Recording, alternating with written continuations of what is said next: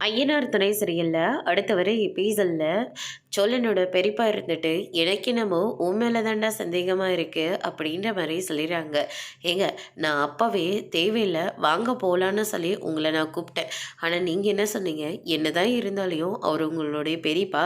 பார்த்தோம் பார்க்காத மாரி நம்ம எப்படிங்க போறது? வாங்க போய் காப்பாத்தலான்னு சொன்னீங்க. இப்ப இவரு சொல்ற அர்த்தத்த பார்த்தீங்களா? நான் தான் இவர இந்த மாரி ஒரு நிலைமைக்கு தள்ளிவிட்டேனா? நான் எதுக்காகங்க இப்படியெல்லாம் பண்ண போறேன்? அப்படின்ற மாரி சொல்லிடுறாங்க. இல்லடா, உங்களுக்கும் அந்த சொத்து பிரச்சனை வருதுல்ல. நீங்க தானே இப்ப வீடு வாசல் இல்லாம போய் எங்கேயோ போய் தங்கிட்டு இருக்கீங்க. அந்த வீட்டை அடையறதுக்காக இப்படியெல்லாம் கூட நீங்க பண்ணியிருக்கலாம்ல அப்படின்ற மாரி சொல்லிக்கிட்டு இருக்காங்க. இது எங்களுக்கு தேவைதான். போனவங்கள திருப்பி கூப்பிட்டு விடலாங்க அப்படின்ற மாரி சோழன் வந்து சொல்லிடுறாங்க. ஐயையோ! நீ என்னப்பா இப்படியெல்லாம் சொல்லிக்கிட்டு இருக்க? பண்ணலன்னு சொல்லிட்டு போ வேண்டியது தானே. அதுக்காக போனவங்கள திருப்பி வேற கூப்பிட்டுட்டு இருக்க. இதெல்லாம் ரொம்ப பெரிய தப்புப்பா அப்படின்னு சொல்லிட்டு அங்கேருந்து கிளம்பி போகிறாங்க. அதுக்கு அடுத்ததா கஸ்தூரி இருந்துட்டு, அண்ணன் என்னாச்சுன்னு தெரியுமா?